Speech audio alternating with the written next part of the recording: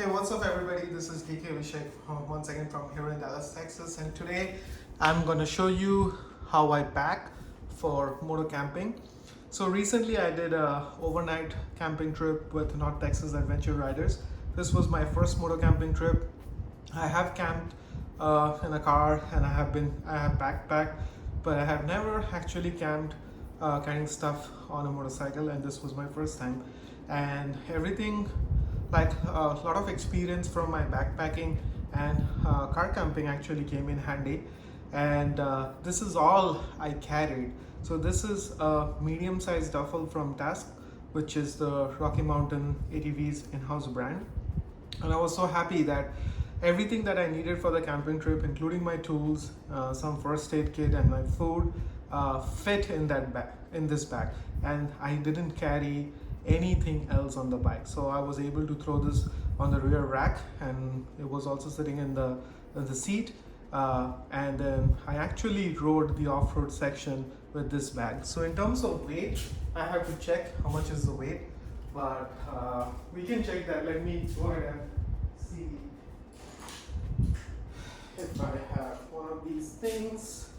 So it's set to 0, and I'll lift it up.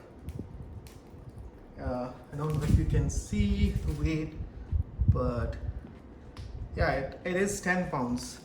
So yeah, so I was able to pack everything that I need for an overnight camping trip in 33 liters and for 10 pounds. And this was my first moto camping, and I'm very proud of myself. And that's why I'm making this video, and I'm gonna share the things that I carried and the way I packed. Maybe this will be helpful to you. Let's open the bag and see what all I've got there.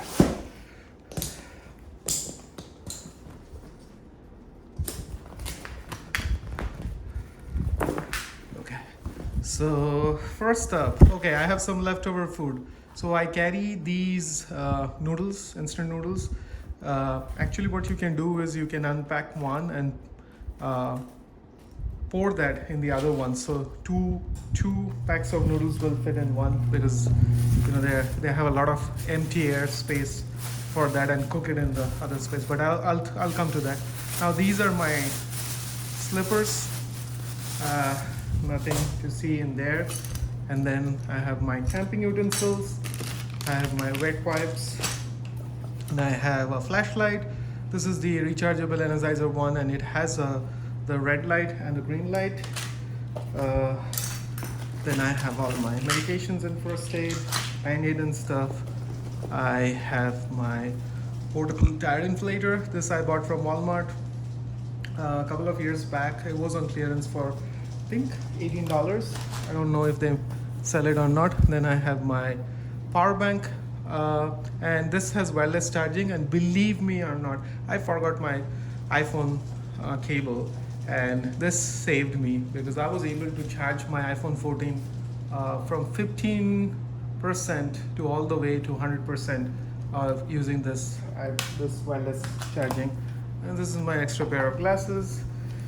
Then I have a cup, and this fuel canister. I have my bug spray. Let's see, this is my camping pillow. So this brand is actually, I was very happy with this pillow. So this is inflatable, and this was only for $20 on Amazon. I used this for the first time. All the gear that you see here, I just used all of them except for the tent. This was the first time using them. This is like a winner. For $20, I don't think you can find anything more comfortable than this pillow. I can open this and show you how it is. So it has this microfiber thing on the side, and then you have this valve. You blow into this, and you close it, and it becomes a nice pillow. Then I have this folding chair from this brand called G4Free. This was pretty easy to put on, and it included the instructions. One of my friends actually recommended it, and seems like he had it for several years. And even though it's very cheap for $40, it actually lasted him as long as some of the other expensive brands that he can find elsewhere. Then I have my sleeping pad. So this is from Teton Sports.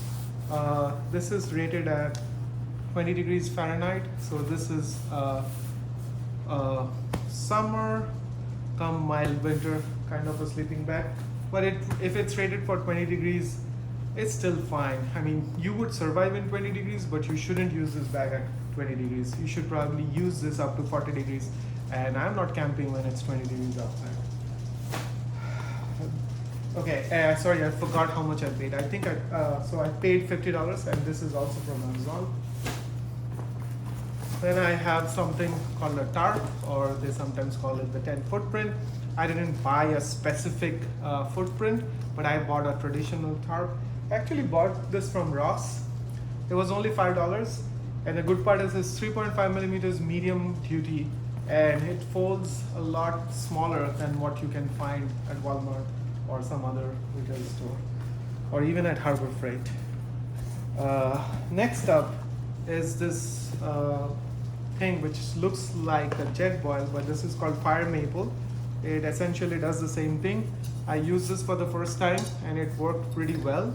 I was able to boil the water pretty fast. As you can see, I have some instant tea there. It comes with this container, and then you have that. The only drawback is if you use any of these 8 ounces fuel canisters, you won't be able to fit it inside here.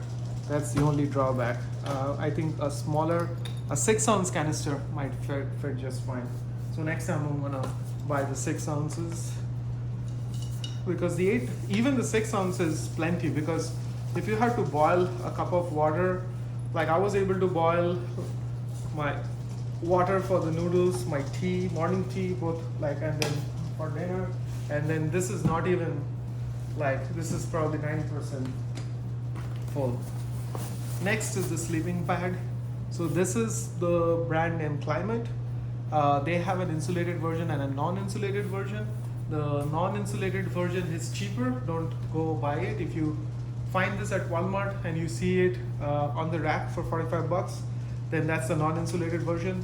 The non-insulated version has an R value of 2.5. It is fine for summer or warm weather camping, but not for winter. This one is rated at 4.5, and this is about $70, and it's worth it. Like, it is so small, packs in so nice. I wasn't really sure about this one because, you know, the good ones, Big Agnes and all those, they're super expensive. And, you know, for $70 with an R value of 4.5, it was unbelievable. But I actually slept on this and it was comfortable. The next up is my tent. This is a cheap tent, Ozark Trail, Walmart brand, 3% tent for $30. You don't need a 3% tent for moto camping. You should get a 2% tent. The only reason I use a 3% tent is because this is the tent that I had, and I had used this for 2 people. And I like the height of this tent. So when I'm wearing my gear, and when I have to wear my pants, riding pants and stuff, this just helps me because I can stand up inside the tent and then put on the pants. So the way the tent sizes, if you're new to camping, the way the tent sizes work is like, if it says a 2% tent, it's basically meant for 1 person and some stuff. You cannot buy a 2% tent and then expect 2 people to sleep in there comfortably. It will be super tight.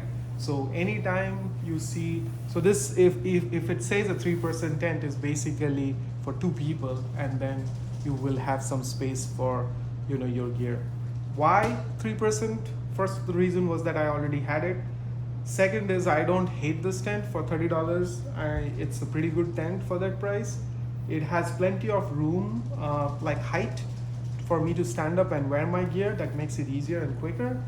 And then it has plenty of room. So if it was raining outside, I could still keep all my riding gear inside the tent and then still sleep comfortably on my sleeping bag and sleeping pad.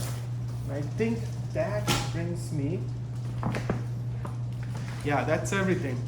Um, and this bag I bought from Rocky Mountain ATV. So this was about 70 bucks. Let's calculate how much it is. This one is $30, so 100. Then this one is 150. This one is 70, so 220. This one is 40, 260. This one is another 40, 300. This one, the pillow, it was 20, so 320. This one is $5, 325. So basically everything that you need to camp, including the bag that you would carry, is around 325 bucks. These are all miscellaneous items, so it will vary. And these are existing. I had already had the slippers. Canister I had to buy, but this is like a consumable. Bug spray, these things either you would have and take from home, or you would buy them. So I don't really like, this is probably all together another 50 bucks, let's say. So 325 bucks and 50 bucks here. So 375 all in all. And these are things that you would be using for few other trips. But make sure you carry some wet wipes, because not all restrooms have water, and if you have the wet wipes, it's much more easier, cleaner, and you feel better. Also carry, instead of a flashlight, carry some of these that has a strap and you can put it on your head. So it actually helps a lot because your hands are free, and it also comes with a red light and a green light. The advantage of having the red light is that, first of all, if you're camping with other people, you don't want to flash the light on their face, right? That's super annoying. If you use the red light, the thing is that it doesn't attract the bugs, so you would not be like attacked by the swarm of bugs like when you do the regular lights. If you want something a little bit more brighter, you can go for the greener light, and I think greener light is also used if you were using it on a boat. And then always carry a tire inflator. You might, whether you have tubes or tubeless tires, many times a plug-in kit. I also had the plug-in kit, but that was on my tank bag. I didn't no, that was in my backpack, so I don't have it here. But a plug-in kit and an air compressor is must. If you are not carrying any other tools for lack of space or weight, or you don't have them, that's fine. But this is very basic. Even for your day-to-day street rides, just carry an air compressor and a plug-in kit. That will save you a lot of grief. And then I had this portable power bank. It's recommended for camping. Carry one. I actually decided to carry one of these in my jacket pockets and have the Sena or Cardo, whatever Bluetooth you have, or even your GoPro connected to it through wires, so that they don't run out of battery. And I was surprised. This is a 10,000 milliamp hour battery power bank, and I was able to charge my iPhone 14 Pro from 0 to 100% overnight using the wireless charging. It works flawlessly, so I cannot say enough about it. Yeah, and then there you go. That's pretty much everything. And I think for my first time moto camping, I did really well. I stayed within $300. I bought all winter stuff. So usually when you buy camping gear, everything that is meant for summer is slightly cheaper because they are not insulated. But if you want to buy some stuff that you can use for winter camping, and I would say all of this gear would probably work best up to 50 degrees, maybe 40s. But anything lower than that, you need different kinds of gear. And I wouldn't be honestly camping at that temperature. And this will work also for up to 80 degrees, 90 degrees. I wouldn't camp when it's more than 100 degrees because it's gonna be super hot. Maybe in the night it's still bearable, but it's harder.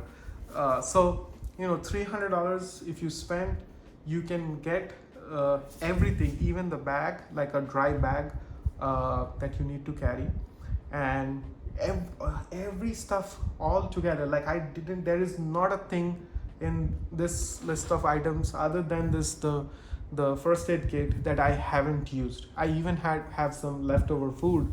So all I can say is, for a first time, being within $300 and 10 pounds, okay, the weight, 33 liters, medium duffel bag. I know a lot of people, when they do it, they basically overpack stuff or they underpack stuff. But, I couldn't be happier. Like, I got it right the first time. And thanks to all my friends from North Texas Adventure Riders for their valuable inputs. And also I watched a couple of videos. One was a friend of Jan's from Big Rock Moto, that he had made one Moto Camping gear trip, and I think that's the pillow that he had recommended. The G4 chair was recommended by Dan, founder of the North Texas Adventure Rider group.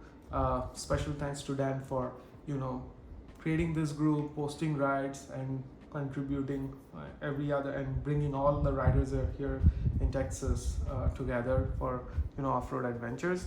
But everything else is a mix of my YouTube review, like mix of YouTube research, my own research, my own experience, and hopefully this will also help you to get an idea of, don't get intimidated, don't get scared, don't think it's a lot of money, don't think you have to carry a lot of, if you have $300 to spare, this will probably be good for a few trips. I don't know how long. I cannot speak to the durability of any of these items because, as I told you, this is the first time I'm using this. I'm used to either backpacking or buying stuff for car camping, and those are different stuff that I bought, quality stuff that had been lasting. But I wanted to something cheaper because I didn't even know like how much I would be doing it. But based on my first experience, the way I packed the stuff, all the things that I dialed in, and I actually rode with this bag already strapped on the off-road sections, and it wasn't